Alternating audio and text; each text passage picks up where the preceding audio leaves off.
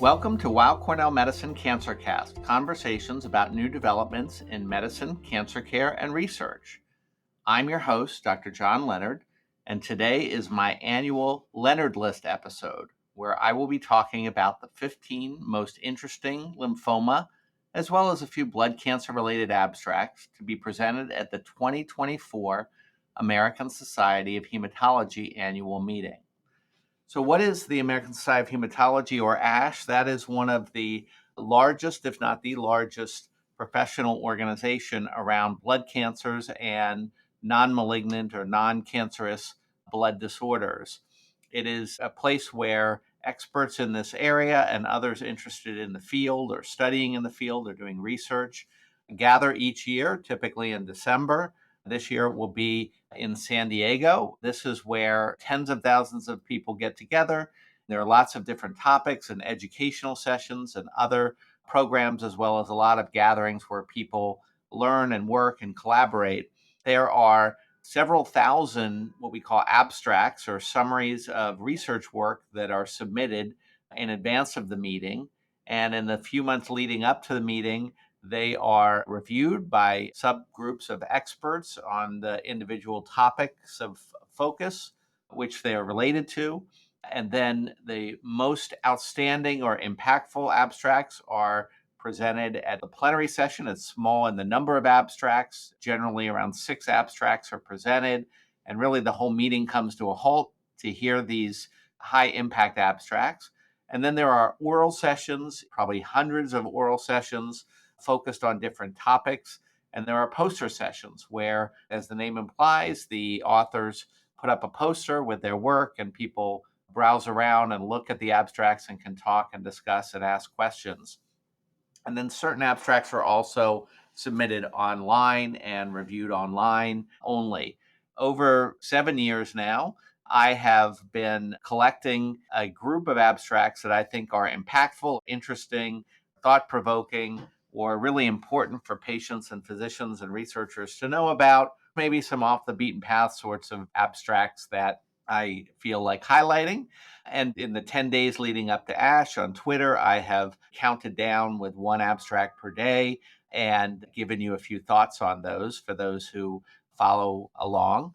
And then when we started the CancerCast podcast, I decided to, in advance of the meeting, reveal the 10 abstracts that I was going to count down, as well as 5 bonus abstracts, and perhaps give a little bit extra information around those, given that you're limited in what you can talk about on Twitter. And so that's what we're here to do today. And I've gone through the list and picked out some abstracts.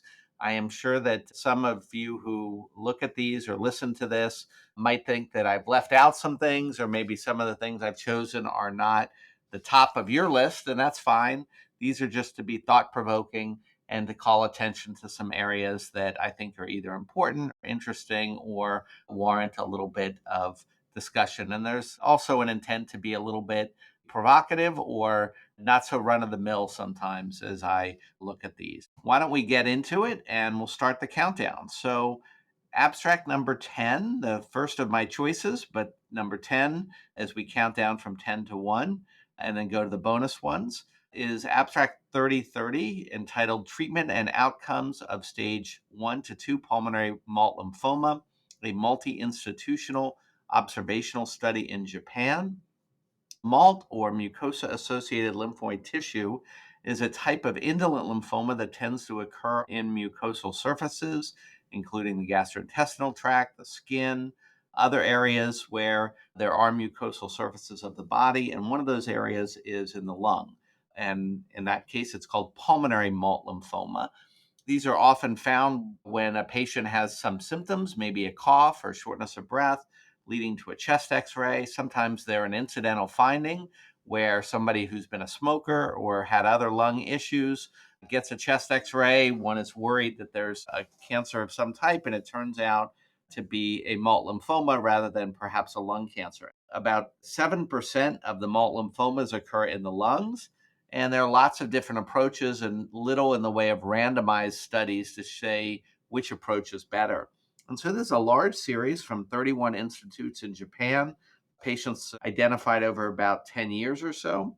And the investigators found about 200 patients with pulmonary malt lymphoma. About two-thirds of them had stage 1 or 2 disease, meaning relatively limited in its size and distribution. So the bottom line was that this group had a median age of 68 and mostly stage 1 disease, mostly localized disease, and generally good risk patterns. They were treated at the discretion of the treating doctor in a number of different ways. Watch and wait in just about half of patients, surgery in about a third of patients, and then smaller numbers received rituximab, the anti-CD20 antibody monotherapy, or chemoimmunotherapy. I think the take home from this, again, remembering that half the patients had no treatment, at least initially, was that the 4-year overall survival was about 95%. And basically 80 to 85 to 90% of people really didn't need intervention over the course of roughly 4 years or so. I've tended to treat these patients conservatively and often just observe them over years. You sometimes have to tease out, is this lesion causing any symptoms? But this, I think, is reassuring that no matter how you decide to approach these patients, and even if they are observed, the outcomes can be quite good, and these patients can go at least several years not needing any therapy, which is certainly encouraging and reassuring. Next, we're going to move to my ninth selection in the countdown. This one is a 9A and 9B. Occasionally, I pick two abstracts that are similar in theme and give them an A and B. And so 9A is abstract 862, efficacy and safety of odronextamab in relapsed and refractory marginal zone lymphoma, data from the relapsed refractory MZL cohort in the ELM2 study. Dr. Kim is the first author. And 9B is abstract 3032, limited duration loncastuximab tesirine induces a high rate of complete responses in patients with relapsed refractory marginal zone lymphoma, report of a first interim analysis of a multi-center phase 2 study. So why did I pick these? I'm continuing with the marginal zone lymphoma theme. Marginal zone lymphoma can also have advanced stage disease where it involves lymph nodes as well as areas outside of the lymph nodes. And patients can be treated with chemotherapy. They can be treated with rituximab. They can be treated with Bruton tyrosine kinase inhibitors. But many patients need additional treatment. And so these are two studies that report on agents that are used for other lymphoma subtypes, other B-cell lymphomas, but trying them out in marginal zone lymphomas. The first of those is odronextamab, which is a bispecific antibody, an antibody that has one arm that binds to CD20 on tumor cells and another arm that binds to CD3 on T cells. And this is an investigational agent. There are other bispecifics that are approved. This one is in clinical trials. The take home here is that of 34 patients with marginal zone lymphoma, the median follow-up of this group of patients was just about a year. The overall response rate was about 80%, and all of the patients who responded had a complete response, with a duration of response not yet reached. At 36 months, the duration of response was 72%. And so this is encouraging. Bispecific antibodies are an important modality of treatment. This is investigational in the US, but shows that marginal zone lymphoma, where we don't so far have approved available agents for marginal zone in the bispecific antibody class, suggests that odronextamab might have meaningful activity with, again, an 80% response rate and complete response rate. These are agents that do have toxicities. They have infection-related risks. They have what's called cytokine release syndrome and inflammatory syndrome, fever, and other issues. So they're not a free lunch, but this suggests that this agent can be potentially useful, and perhaps even this class of agents, or at least this one in particular, might have some future value for patients with marginal zone lymphoma, and these studies are ongoing. Now, in the 9B selection, loncastuximab is an antibody drug conjugate that is approved for certain types of aggressive lymphoma in particular. And this agent was studied in 22 patients with marginal zone lymphoma, 20 of whom are evaluable for response in the abstract. The overall response rate is 85% with a CR of 75%. And these are ongoing responses in a substantial number of patients. The longest follow-up, though, is 2 years, so still more follow-up to go. But again, this is another agent approved for different types of lymphoma that could be potentially useful in marginal zone where it's not currently approved at this time. This is also an agent with some toxicities. Again, you can get liver enzyme abnormalities, rashes, some infections, some fluid issues. But that being said, and as I alluded to earlier, there are patients with recurrent marginal zone lymphoma who need other options. And again, these two selections, I think, give you some sense that we might have other agents that are relevant on the horizon.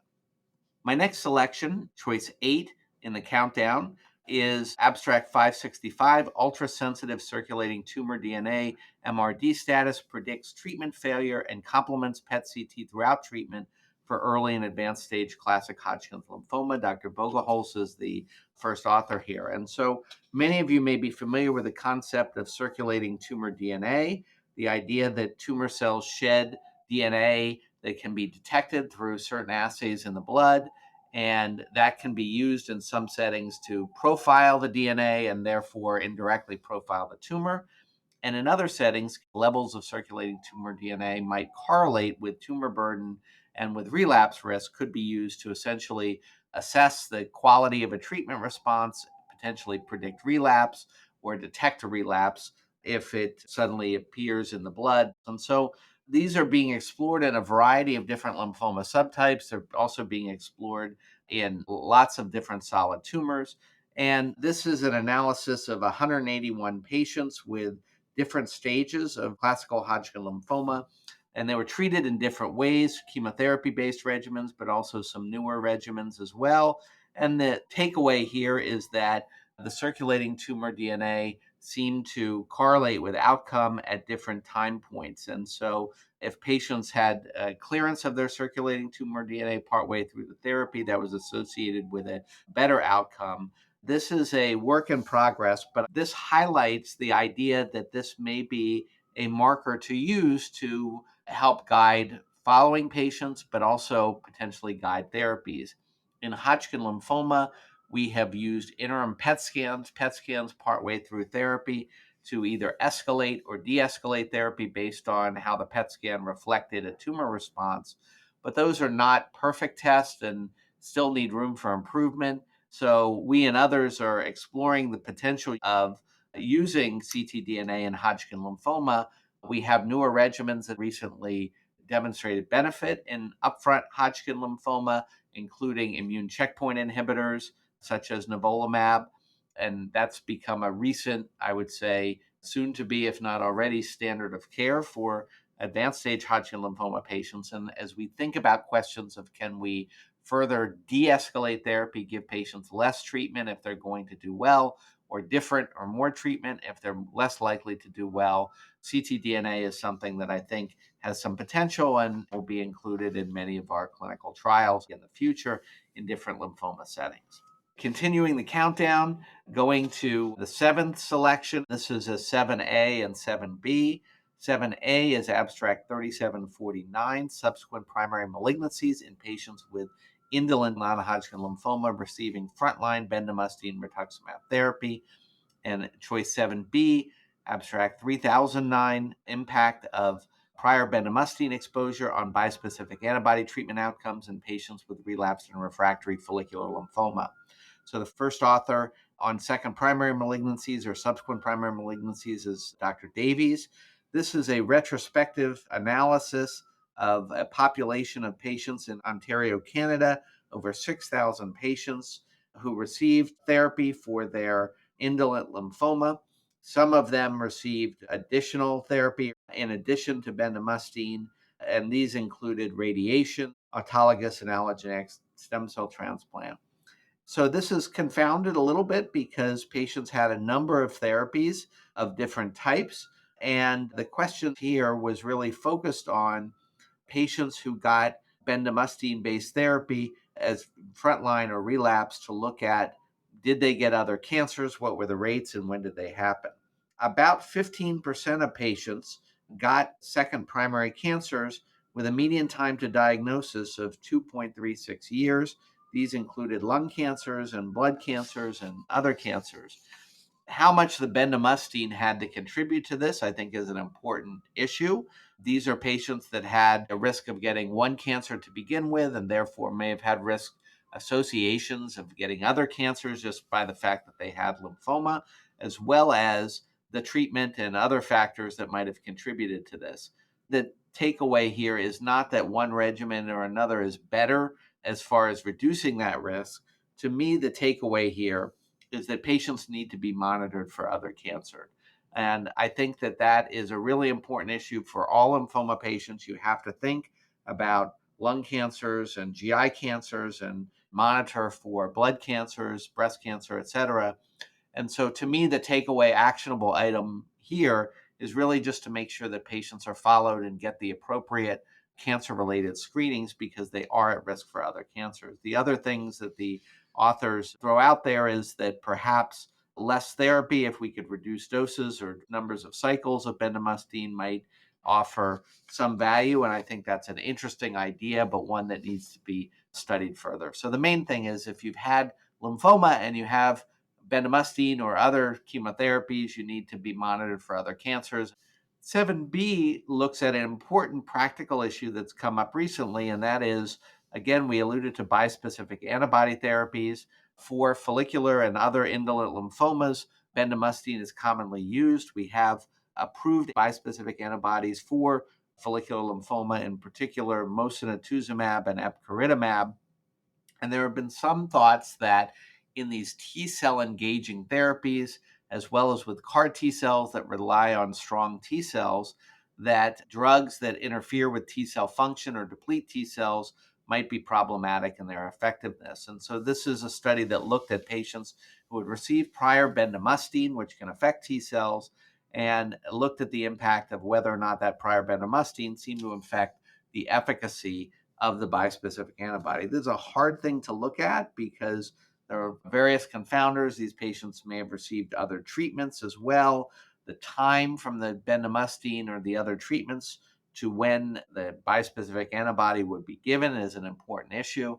People that go short times before needing additional therapies tend to have worse disease because they need another therapy pretty soon compared to patients who went a long time from other therapies. And so again, it's confounding a little bit in this sort of analysis. But the takeaway here from these authors is that bendamustine containing regimens do not seem to confer a negative prognostic impact if it's been given before bispecific antibody therapy. Now, that being said, most of the patients in this study had gone more than a year since their bendamustine based therapy, and many of them had gone a longer period of time. And so it's reassuring to some extent that you can give bendamustine and then later give a bispecific antibody, but it probably means a bit that the timing of this issue could also be a factor that did not seem to make a difference in this study.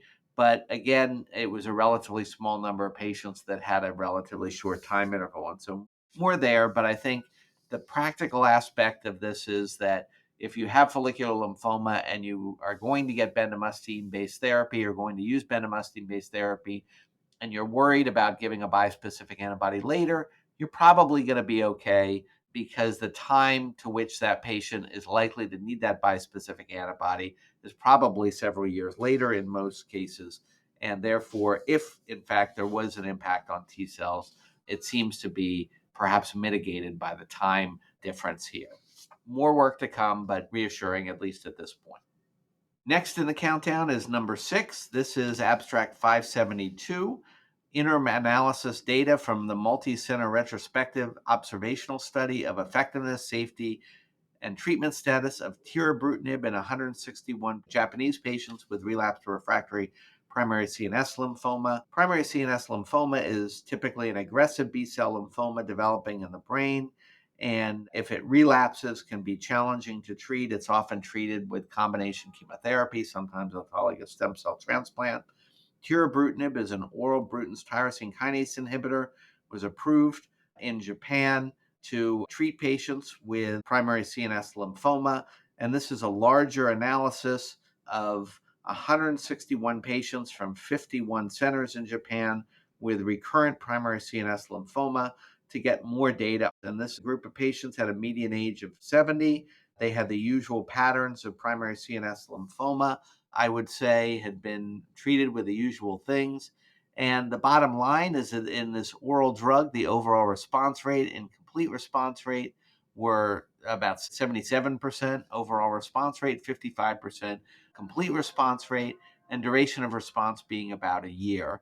Toxicity seemed to be similar to other BTK inhibitors, pretty manageable, I would say. We know that other BTK inhibitors in smaller studies can also have activity in primary CNS lymphoma, but this is, I think, the largest study of a Bruton's tyrosine kinase inhibitor in relapsed primary CNS lymphoma, showing that this is an agent that has, I think, quite meaningful activity for patients with a high response rate and lasting about a year for patients with recurrent primary CNS disease. So I would say that this is an advance for patients and something that has some value in certain clinical situations. Maybe that other BTK inhibitors also have activity, but again, this is a pretty large series of patients with this one agent in particular. Next, for abstracts 5A and 5B, I'm going to stick with the CNS lymphoma theme, and that is to talk about a syndrome called Bing-Neal syndrome. Bing-Neal syndrome is a scenario in Waldenstrom's macroglobulinemia or lymphoplasmacytic lymphoma. These are indolent lymphomas that have a characteristic profile. Bing-Neal syndrome is a scenario where the tumor cells can involve the central nervous system, and these can lead to sensory deficits, motor function deficits, cognitive changes, cranial nerve deficits, other issues. This is a fairly large series of patients, 59 patients from the UK that were diagnosed over about 12 years with Bing-Neal syndrome. The majority of them had a previous diagnosis of Waldenstrom, so this occurred with a known diagnosis of underlying Waldenstrom's. Typically, this was diagnosed with cerebrospinal fluid analyses, lumbar punctures. About half the patients had previous Waldenstrom's treatment. The remainder had no prior treatment, but most of them had a known diagnosis. This group, it's not a randomized trial. Again, it was about 59 patients or so. The majority of patients were treated with chemotherapy, methotrexate, cytarabine, rituximab. A smaller number of patients were treated with Bruton's tyrosine kinase inhibitors. About half the patients ultimately, some as primary therapy, some as consolidation.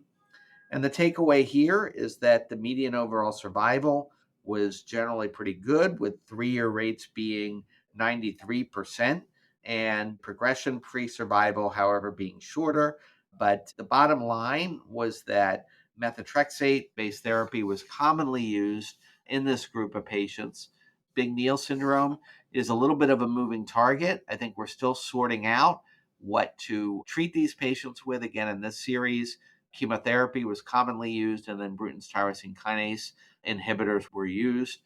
And it seems like the BTK inhibitors, the authors conclude, seem to perhaps give a longer progression-free survival. A small study, it's an uncommon disease complication, but I think this is a useful context as we occasionally see these patients to think about this approach.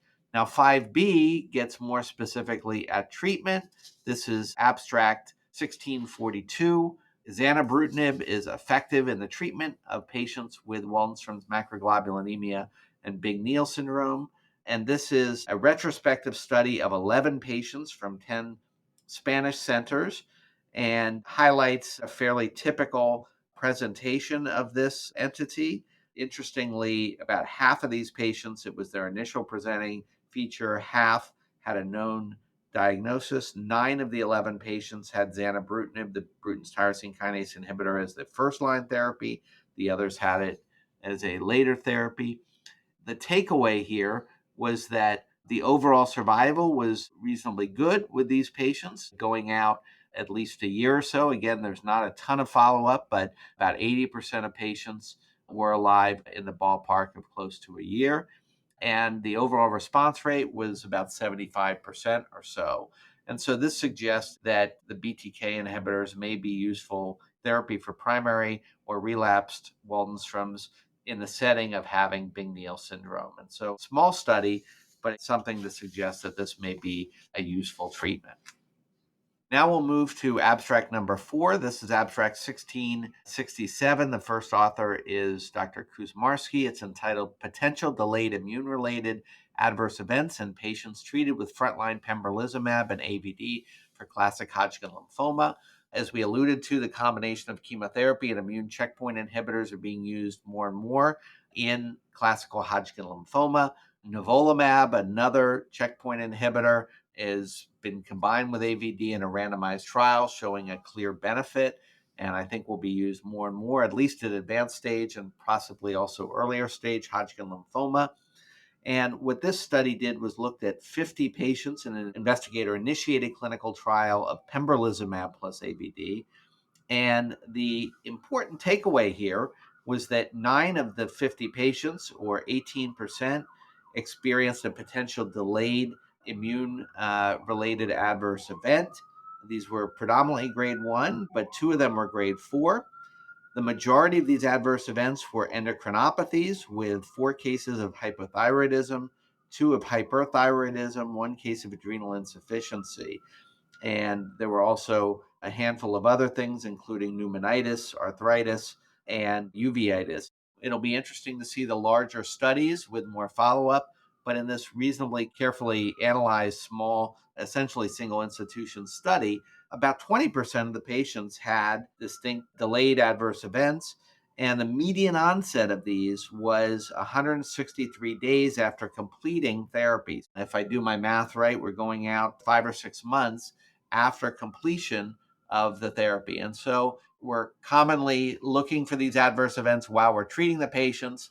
The patient is done. We say, okay, we'll see you in several months. Important to keep in mind that they do need continued monitoring, particularly for hypothyroidism or hyperthyroidism, as well as for other autoimmune processes that can happen. So I think this is an important practical point to keep in mind. As we think about patients getting treated with immune checkpoint inhibitors, we do need to continually follow them for immune-related side effects, even months and probably even years after they complete therapy. Next, we'll move to abstract number 3 in the countdown. This is abstract 235. Dr. Lewis is the first author. This is entitled Ibrutinib Rituximab is superior to rituximab chemotherapy in previously untreated older mantle cell lymphoma patients. Results from the international randomized controlled trial called ENRICH. And this is a study that looked at chemoimmunotherapy, either bendamustine, rituximab, or CHOP rituximab, versus using first-line ibrutinib with rituximab as initial therapy, asking the question whether or not a non-chemotherapy-based BTK-driven approach with rituximab could be superior to chemoimmunotherapy. This was 397 patients, roughly 200 getting either chemo-based therapy or ibrutinib-based therapy, that showed that there was a benefit in progression-free survival that was superior with the use of ibrutinib and rituximab, with a median progression-free survival being 65 months versus 42 months. Now, there are some important takeaways here. These patients could either get CHOP-based therapy or bendamustine-based therapy, and I think an important caveat here is that the difference seemed to be favoring ibrutinib much more in the CHOP-based therapy group. The bendamustine-based therapy group did not differ quite as much from the ibrutinib rituximab, and so I think that's going to be an important bit of information to look at that subset of patients. Is there really a benefit of IR versus BR, which is more commonly used? However, this does suggest that IR offers benefits versus chemoimmunotherapy and could be considered a standard of care for frontline therapy. I think the subsets of chemotherapy and how they look will be important. Also, keep in mind that those that get chemoimmunotherapy and progress can get ibrutinib or can get a different BTK inhibitor. We don't know yet what the best therapy is and the effectiveness of chemotherapy or other things in patients who have received ibrutinib, rituximab, or another BTK inhibitor as part of upfront therapy. So again, what's the second line therapy going to look like? What's the longer term outlook with overall survival? Those are things that are going to be interesting to follow in this study, but I think it's an important randomized trial that may change the standard of care for some patients with mantle cell lymphoma. Next in the countdown, we're going to go to number 2. This is a little bit different abstract, but I think warrants some attention. And I give kudos to Dr. McLean and colleagues for this abstract, abstract 2267, toxicity outcomes in phase 1 lymphoma trials, variable reporting with high use of minimizing language, and published abstracts at international conferences. This is an analysis looking at specifically phase 1 lymphoma trial abstracts at 7 international conferences between 2022 and 2024, including the ASH meeting, as well as other national and international meetings. The abstract looked at 326 presentations across the spectrum of lymphoma and focused on toxicities and how toxicities were categorized. And suffice it to say that there was a lot of heterogeneity in how toxicities were described as far as grading of adverse events, whether or not they were related to the treatment or not, whether or not they required dose modifications or discontinuations. That was in a minority of patients. And really, I think this was also perhaps heightened in cell therapy-based approaches like CAR T cells.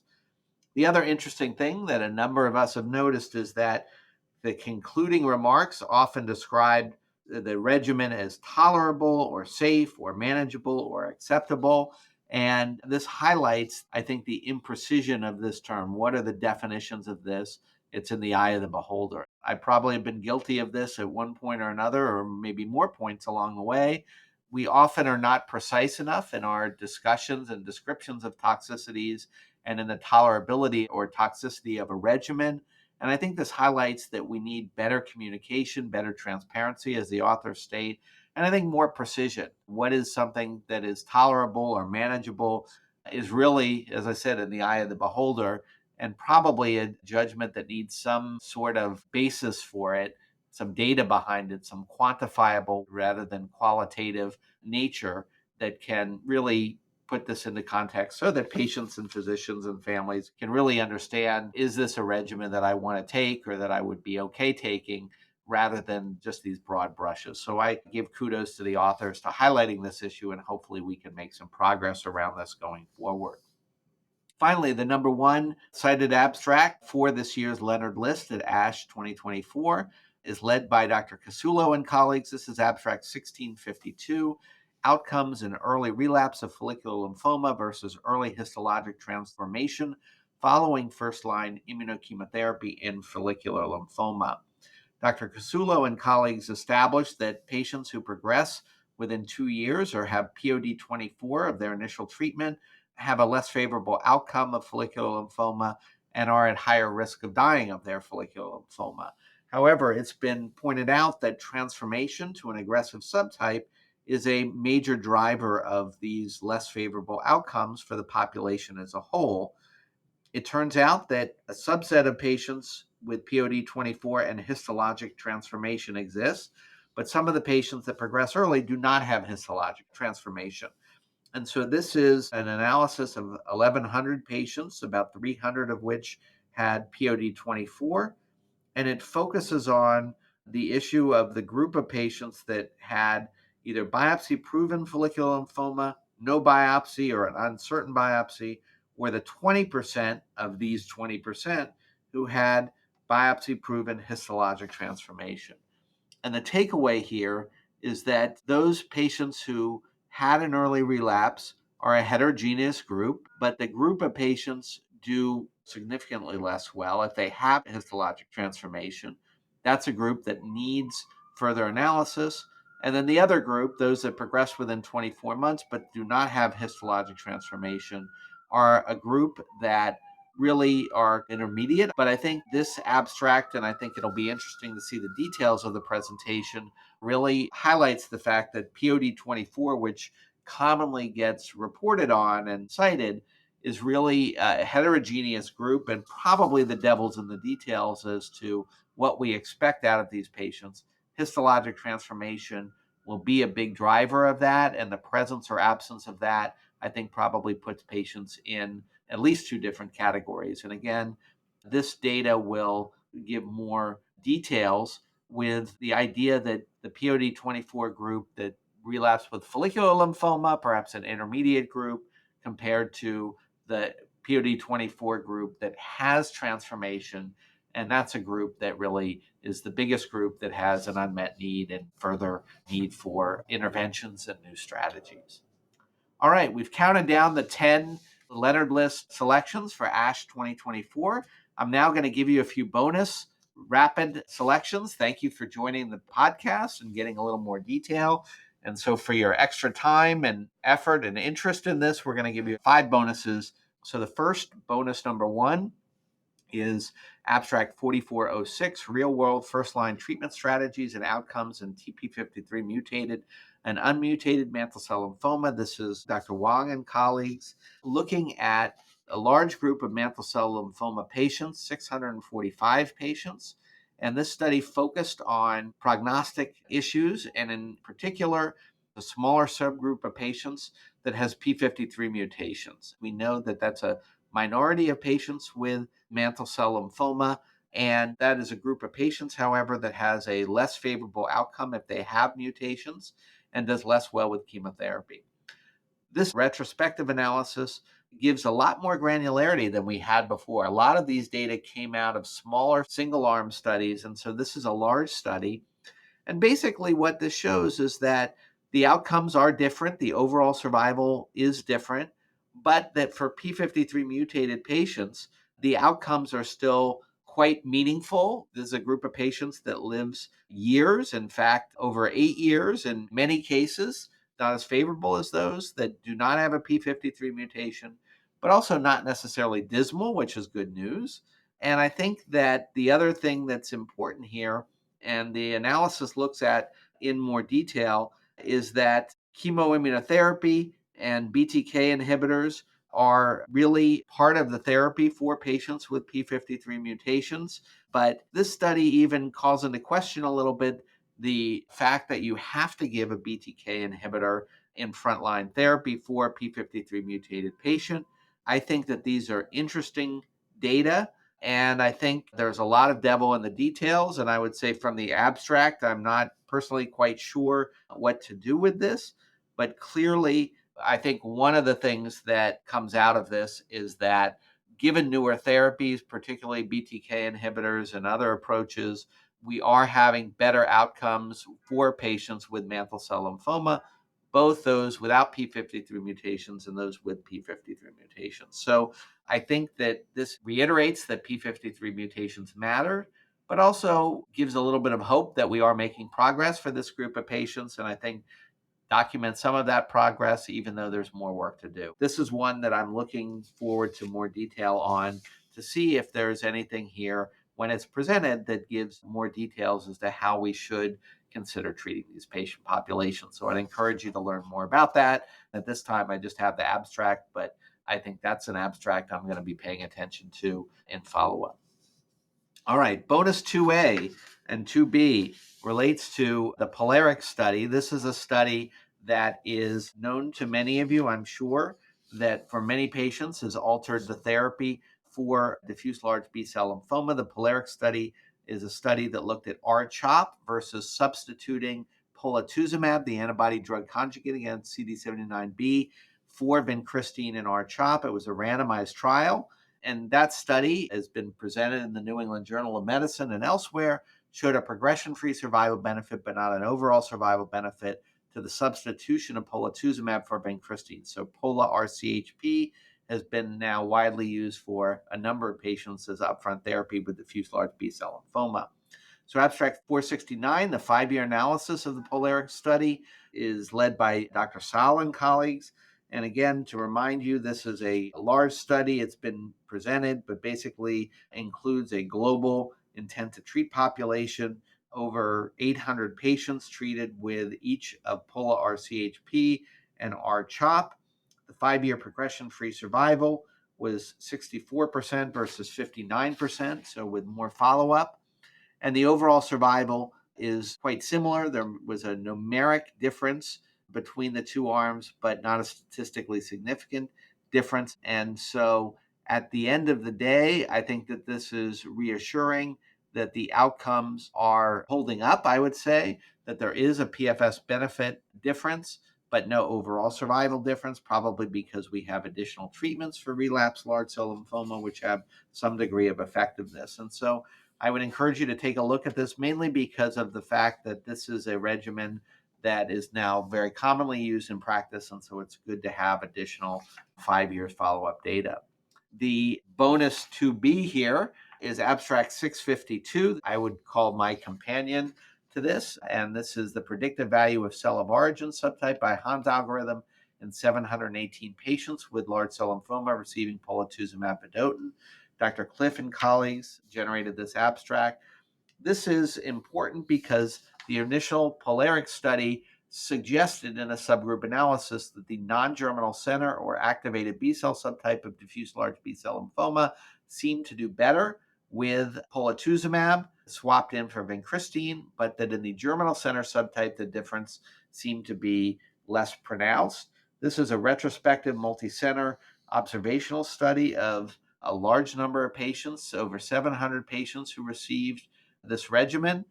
And the takeaway here is that the authors conclude that the cell of origin classification by Hans, which is an immunohistochemistry algorithm to identify the non-germinal center subtype, suggests that the benefit of polatuzumab seems to be a bit more supportive of outcome here, meaning that the cell of origin subtype may be useful in choosing to use polatuzumab in the bottom line here. And so this is an interesting set of additional data, and I look forward to seeing the details of this abstract, but basically will give us more information that perhaps we should consider focusing our polatuzumab use in the non-germinal center subtype. This study suggested that the non-germinal center subtype had higher overall response rates and CR rates in the non-germinal center compared to the germinal center subtype, suggesting that perhaps that may be the group with the most difference. And so my takeaway is that if you see a patient with non-germinal center subtype, you certainly should think hard about incorporating Pola RCHP as your upfront regimen in diffuse large B-cell lymphoma. And in the germinal center subtype, perhaps the data are not as compelling to include polatuzumab over vincristine. Our third bonus abstract is a little bit different. It's a leukemia rather than a lymphoma. This is abstract 979, a prospective multicentric phase 2 randomized controlled trial comparing the efficacy and toxicity of methotrexate to cyclophosphamide in large granular lymphocyte leukemia. So LGL leukemia is a clonal T cell or NK cell disease where we see often neutropenia, anemia, autoimmune diseases such as rheumatoid arthritis, and a clonal population of these lymphocytes associated with these findings. So often these patients have autoimmune disease or other cytopenias that need therapy, and it's a relatively uncommon disorder, and there are lots of different expert guidelines, including from Dr. Lamy, who is the lead author of this study, suggesting that there are a number of different options, but the expert guidelines don't necessarily compare them in a robust way because there are relatively few comparative studies. So this was a multi-center study that looked at an open-labeled randomized trial comparing oral cyclophosphamide, one of the commonly used treatments, and oral methotrexate. It's really a 4-month therapy, and then looked at continuing up to a year, typically, if they responded, or changing therapy, particularly receiving cyclosporin if they were non-responders. And there's some details of this which will be interesting, but the takeaway is comparing methotrexate to cyclophosphamide. And the bottom line of the study suggested that cyclophosphamide induces a better response to methotrexate in terms of complete response and overall response rate after 4 months of treatment, whereas the toxicities were quite similar when you look at infection, cytopenias, and other issues. And so this provides some data. We'll look at the details. It's a small study, but hard to do large studies in this particular setting. But the overall response rate was higher in the cyclophosphamide group compared to the methotrexate group with similar toxicity. There are also a number of different molecular analyses that are being looked at. The other details about the patient population given the heterogeneity that will be interesting. But I think this will be important potentially to help guide how you approach these patients in practice.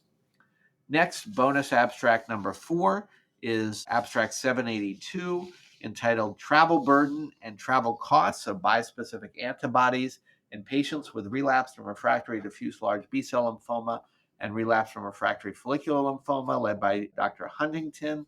This was a study done by a group including investigators at Yale and Fox Chase, as well as Genentech and an economics firm, Medicus Economics, and using an economic model. And I don't have huge expertise in the economic model, so I'm not going to really critique it one way or another. But I think this is an interesting analysis that highlighted for me, and the authors are comparing mosunetuzumab and epcoritamab and making the point that there are some differences between the two agents, I think in part attributable to the number of doses that patients need. But to me, the takeaway is just the data and the analysis. And this looked at patients who compared and connected the travel burden based on the one-way trip from the patient's home to where they got treatment. So looking at the actual distance traveled and therefore time, and looking at productivity loss based on wages. So a fairly detailed analysis here. The takeaway here for me is just that it highlights, rather than comparing the two antibodies, which I'm not going to do in this setting, although you would expect that the agent that needed more therapy took more time, not a surprise, but it highlights the travel burden and costs and time for patients to get these treatments. And at the end of the day, it adds up for a large group of these patients, upwards of 3,000 and 4,000 miles of driving and travel, and between 50 and 80 hours of time in travel. And so I think my takeaway is just that this is a factor that is interesting and important to our patients, and something we don't take into account, and probably we should be thinking about a little bit more.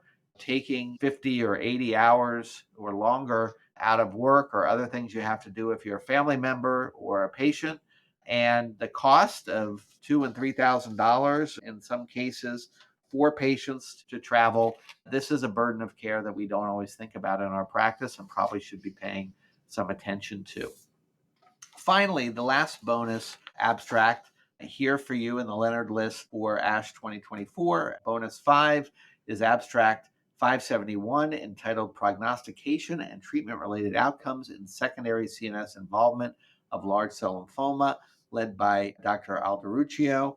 This is a large multi-center international group that collected data from 35 centers over 20 years and identified 1,100 patients with secondary CNS lymphoma, and gives a lot of detail on these patients, whether or not they progressed or developed their secondary CNS lymphoma at the time of diagnosis, or whether they relapsed in the CNS.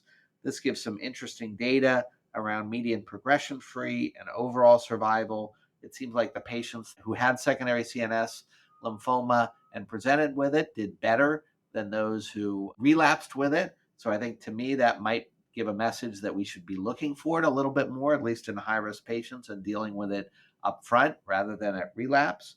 And this is, I think, in conclusion, really the largest analysis of this group of patients. And it'll be interesting to see the details of this abstract and characteristics of these patients.